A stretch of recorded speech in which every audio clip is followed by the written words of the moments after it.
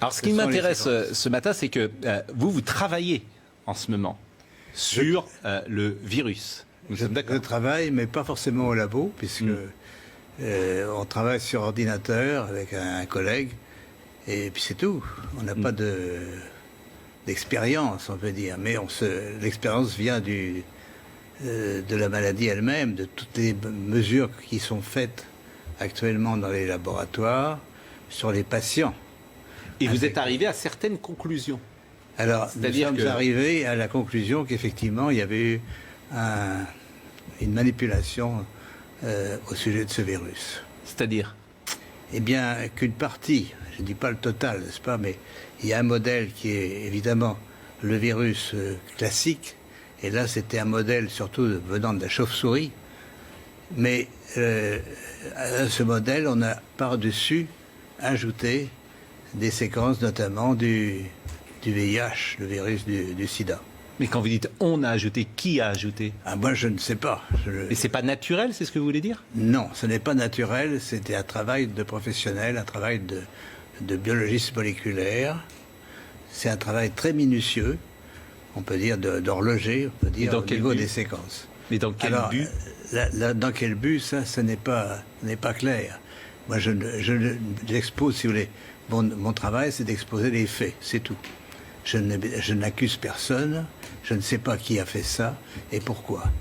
La possibilité, c'est peut-être que ils ont voulu faire, on ne sait pas, on a voulu faire un vaccin contre le sida.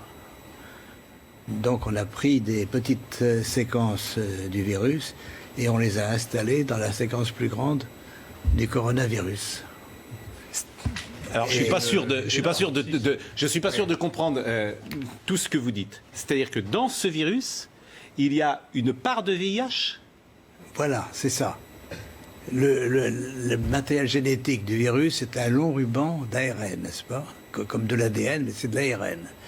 Et dans ce long ruban, à une certaine place, on a fixé des séquences petites de VIH.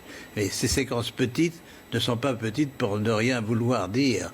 Elles ont la possibilité de modifier, par exemple, ce qu'on appelle des sites antigéniques. C'est-à-dire, si on veut faire un vaccin, on peut très bien modifier la protéine qui est exposée pour le vaccin par une petite séquence venant d'un autre virus. Mais vous êtes certain de ça? Parce qu'on a dit que le bruit a couru, que c'était d'une origine humaine, finalement.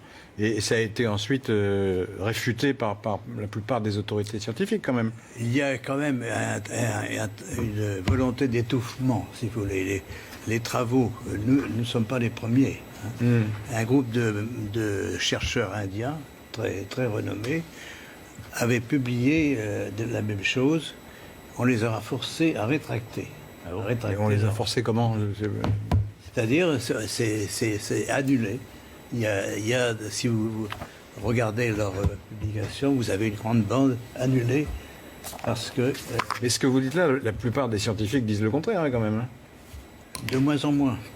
De moins en moins. Si vous voulez, ceci est arrivé au début de cette année et on voit de plus en plus de travaux qui suggèrent. Mais moi, je suis, on peut dire, hors d'âge.